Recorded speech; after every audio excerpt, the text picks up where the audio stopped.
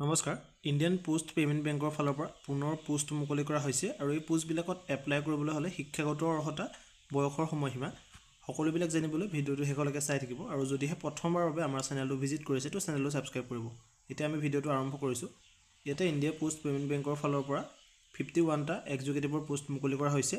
এই পোষ্টকেইটাত এপ্লাই কৰিবলৈ হ'লে আপোনালোকে গ্ৰেজুৱেট হ'ব লাগিব আৰু ইয়াতে এজ লিমিটৰ কথা ক'বলৈ গ'লে 20ৰ পৰা 35ৰ ভিতৰত সকলোবিলাক কেণ্ডিডেটে ইয়াতে এপ্লাই কৰিব পাৰিব আৰু ইয়াতে এই সিলেকশ্যনো প্ৰদান কৰা হৈছে।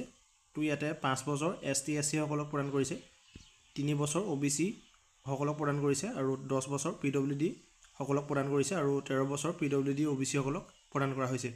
তো ইয়াতে এসেনশিয়েল কোৱালিফিকেশ্যন আপোনালোকে গম পাইছে, গ্ৰেজুৱেট হ'লে ইয়াতে এপ্লাই কৰিব পাৰিব। তো ইয়াতে এপ্লিকেশ্যন ফিজৰ কথা ক'বলৈ গ'লে ST SC PWD সকলে 150 টকা এপ্লিকেশ্যন ফিজ দিব লাগিব আৰু বাকি যিখিনি কেণ্ডিডেট আছে তেওঁলোকে 750 টকা ইয়াতে পে কৰিব লাগিব। তো ইয়াতে এপ্লাই কৰিবলৈ লাষ্ট ডেট হৈছে 21/3/2025 2025ৰ মাৰ্চৰ 21 তাৰিখলৈকে আপোনালোকে এই পোষ্টবিলাকত এপ্লাই কৰিব পাৰিব।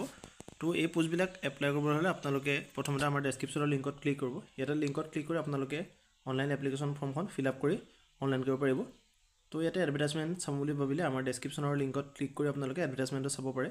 তো ইয়াৰ ষ্টাৰ্টিং ডেট হৈছে 1 মাৰ্চ। 1 মাৰ্চৰ পৰা অলৰেডি ইয়াৰে অনলাইন ষ্টাৰ্ট হৈ গৈছে আৰু 21 মাৰ্চলৈকে ইয়াৰে অনলাইন চলি থাকিব। তো আপোনালোকে যদিহে ইণ্টাৰেষ্টেড কেণ্ডিডেট আছে কোনোবা তো তেওঁলোকে এই পোষ্টবিলাকত এপ্লাই কৰিব পাৰে আৰু এই পোষ্টবিলাক কণ্টেক্ট বেছত হ'ব। আপোনালোকৰ 3 বছৰৰ কাৰণে কণ্টেক্ট বেছত আপোনালোকে ইয়াতে ভৰ্তি কৰা হ'ব। তো যিসকলে ইণ্টাৰেষ্টেড হয় এই পোষ্টবিলাকত এপ্লাই কৰিব পাৰে।